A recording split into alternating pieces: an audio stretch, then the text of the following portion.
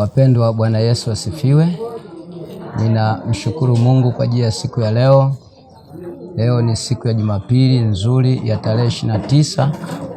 Tunashukuru kwa ibada nzuri sana, na ibada iliyoongozwa na mchungaji Joash kutoka Tanga. Kanisa lililokuwa na linalo kuwa. Amina. Marko 10:13-16. Soma pale. Soma kwa ujasiri. Yes. Tulikuwa na mambo kadhaa kwenye ibada hii. Jambo la kwanza ni ibada yenyewe ya Jumapili. Jambo la pili lilikuwa siku ya kuzindua huduma ya meza ya Bwana, ushirika mtakatifu. Tuendelee.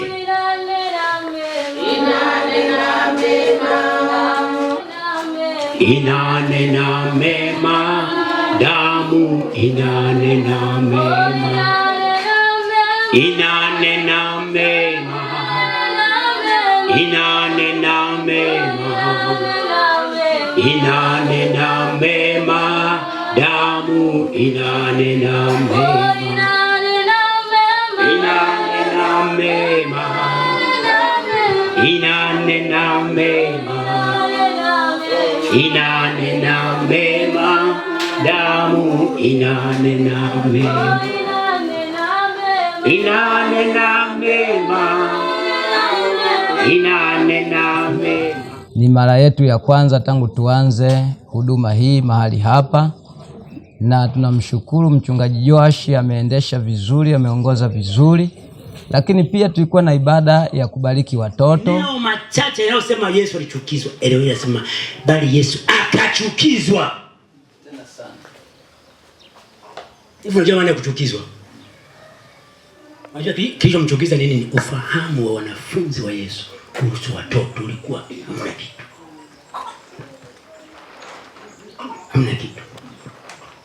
Unajua kwa nini Yesu anapenda watoto? Ngoja nikwambie sifa za mtoto. Nianze na mtoto. Mtoto, alafu nitakuja kwa mtu mzima. Mtoto, si unanisikia na wewe? Mtoto ni shamba jipya lililoandaliwa vizuri, halijapandwa chochote. Kwa hiyo mkulima anaweza kupanda mbegu anayo. Panaeleweka vizuri au ushachoka tayari sasa unawaza pilau? Amina.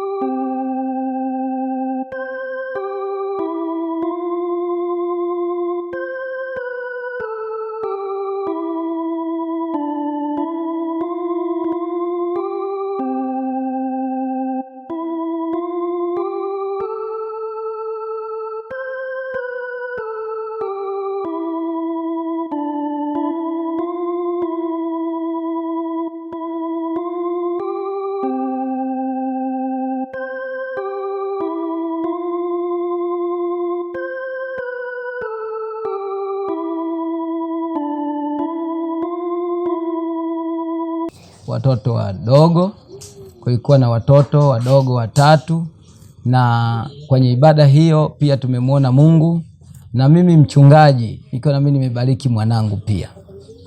Tunamshukuru Mungu, ibada hii imekuwa nzuri na ya baraka sana. Tuwashukuru wale wote ambao wamehudhuria, wameshiriki kwenye ibada hii, wa mama, wa baba, vijana wa kike na wa kiume na watoto. Tunawatakia baraka za Mungu. Mungu aendelee kuonekana kwao. Lakini wapendwa, tuendelee kusisitiza kwamba mahali hapa ni mahali pazuri, na niseme panapendeza kama nini. Tualike watu wenye shida mbalimbali, tualike watu wenye matatizo mbalimbali, wenye magonjwa, wenye haja mbalimbali. Wengine wamekata tamaa kabisa, hawana ajira, wanasema sisi hatujui namna ya kwenda. Wakija hapa itakuwa suluhisho la kwao. Sio kwamba sisi tutawaajiri, lakini yuko Yesu atakaye waajiri. Wengine watajiajiri wenyewe kwa sababu Yesu Kristo ndiye mwajiri mkuu. Lakini pia wako wengine wamekata tamaa, wagonjwa hawawezi. Waleteni wagonjwa hapa nao wataombewa. Na sisi pia kwenye skrini yako unapoangalia hapo utaziona namba zetu zinapita za huduma. Tumekuwekea namba za Tigo, yani Yas, na za Airtel. Mungu akubariki sana na tunakutakia baraka za Mungu. Kwa kupitia hili nataka nitamke neno. Mungu aliyeziumba mbingu na nchi na kutuweka mahali hapa Kilale, akaguse haja yako, akaguse haja ya moyo wako, akaguse shida ulionayo, akaguse uhitaji wako, na afya yako ikapate kuponywa, ukapate kuimarishwa, na kutakia uzima kuanzia leo wa afya ya mwili na ya roho katika jina la Yesu. Amen. Bwana Yesu apewe sifa. Tunamshukuru Mungu kwa ajili ya ibada ya siku ya leo, ambayo ni ibada imekuwa nzuri, njema, ambayo imetubariki. Nimbariki Mungu. Haleluya, haleluya. Tunawakaribisha wapendwa katika kanisa letu la Ebeneza Kilale.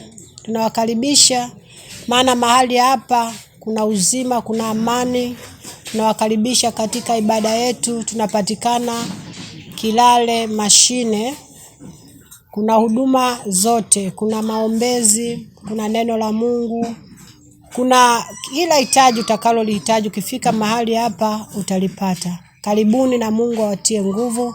Tunawakaribisha wote waliokuwepo ndani ya nchi ya Tanzania, nje ya nchi, na naamini ya kwamba mnatuona, mtapata huduma zetu. Basi tunawakaribisha.